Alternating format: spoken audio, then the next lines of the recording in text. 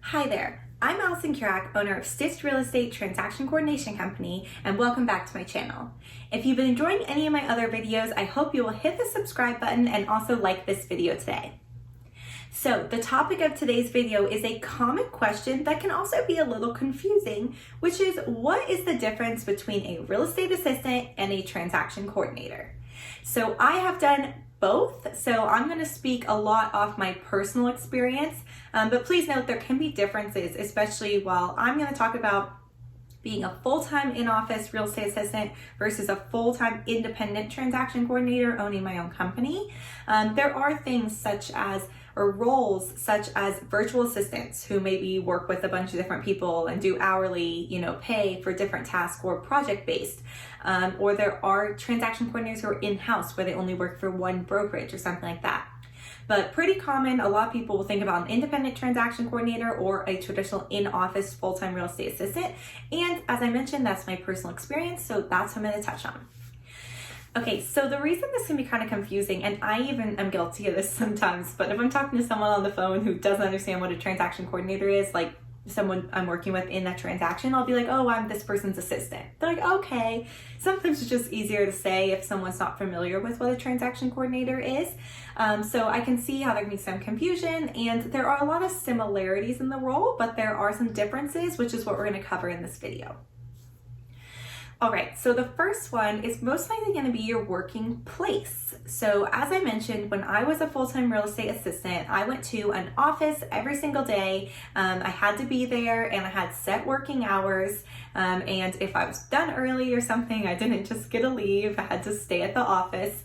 Versus being an independent transaction coordinator now, I work primarily out of my home office. I can also work anywhere I am in the world that I have my computer and that I'm available. So kind of, or a coffee shop, whatever. A lot more flexibility on the location. My hours are about the same. I think when I was an assistant, I did 8 to 5. Now I do 9 to 5. So not that big of a difference there. But big difference on location flexibility. And then also if I have a slower day or it's a slower time or I get all my work done really fast, I can focus on other projects, or I could do something around the house, or I could go get lunch or something, as long as I stay available. But I don't necessarily have to sit there at that desk all day unless, I have stuff to do. Whereas when I was working in the office, I had to be manning the desk and the phone constantly, no matter what, because that's what I was getting paid for and expected to do. On that note of pay, this brings us to difference number 2. So most likely, in my personal experience, when I was a real estate assistant, I worked in the office and I also had a steady paycheck every month that was the same. We had some opportunities for like bonuses if we hit our closing goals and stuff like that, but primarily I knew at least I was getting that baseline steady paycheck.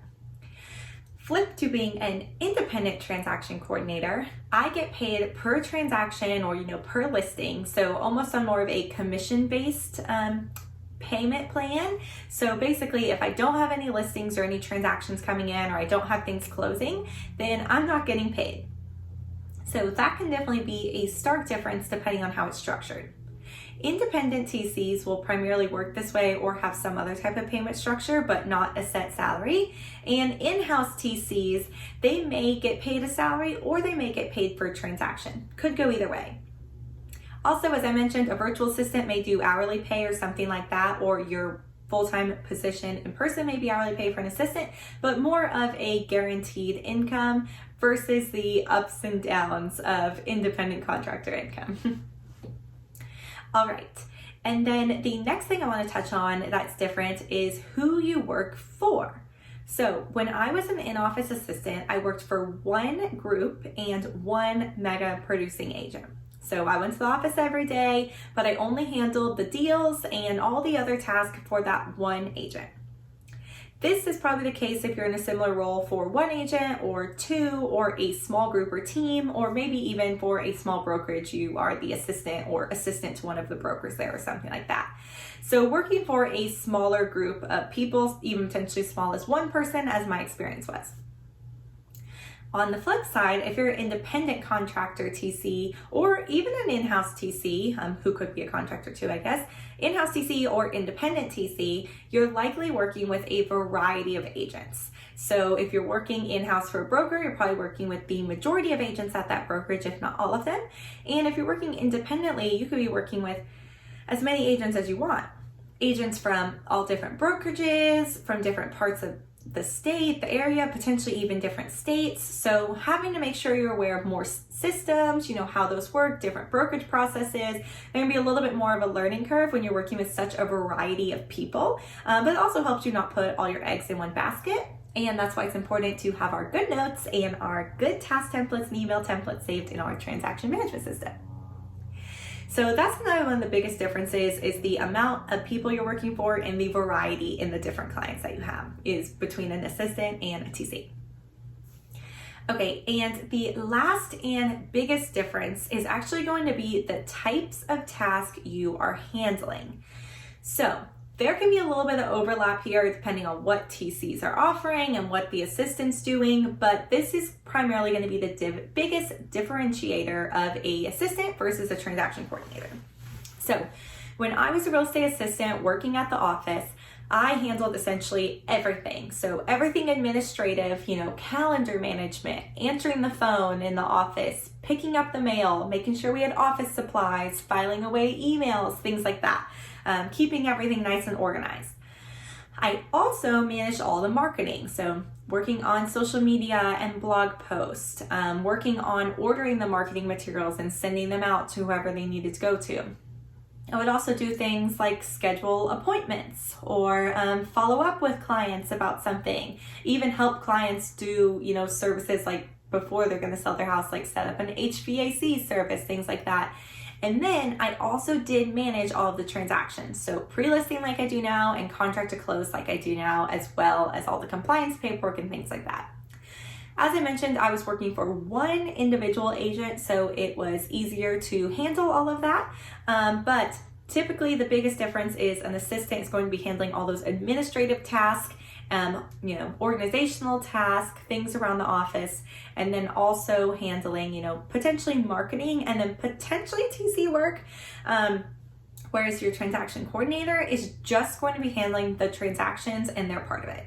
Now, as I mentioned, there's a little bit of ebb and flow here. Some people may have an assistant and then also a transaction coordinator that keep things separate. I've been a transaction coordinator that's worked alongside an assistant for agents before, so definitely something that can be common as well.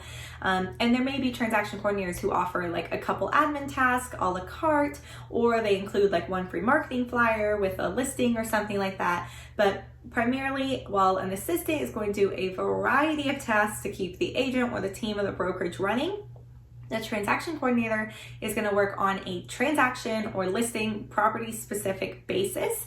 And that is all the work I'm going to focus on, what's included in their service list and their checklist. They're not going to be, you know, grabbing the agent lunch or doing some type of bulk admin work or something if it's not specifically tied to a transaction or some other service that they offer. So that is the biggest difference, I would say, between a real estate assistant and a transaction coordinator. I've done both. I've enjoyed both. I think it was a great learning opportunity I had to work as an assistant. It got me much more comfortable in my transaction management to eventually make the transition to being a full-time TC because I realized I liked it so much. So for anyone looking to get their foot in the door to TC work or real estate in general, it's always a recommendation that I have is if you're able to get some type of assistant role, you could leverage any existing admin, marketing, or organizational skills that you have and get your foot in the door to start learning real estate because you learn something new every day. I think maybe I've graduated to like once a week now, but it's still a lot. It's always something. So I hope you enjoyed this video. If you've done both or you've done one and you have some input on it or input on transitioning or any questions for me, anything you'd like me to delve into a little bit further, drop a comment below this video and I will get back to you, or I'd love to just hear your feedback so we can continue to support each other within this community. Also take video requests. I'm working on a series of what would Allison do in XYZ situation. So if you have any questions like that, definitely comment on this below or go comment on my short I did about that too. So thank you guys again for watching. I hope you enjoyed this video and I hope you have a great rest of your day. Don't forget to hit the subscribe button.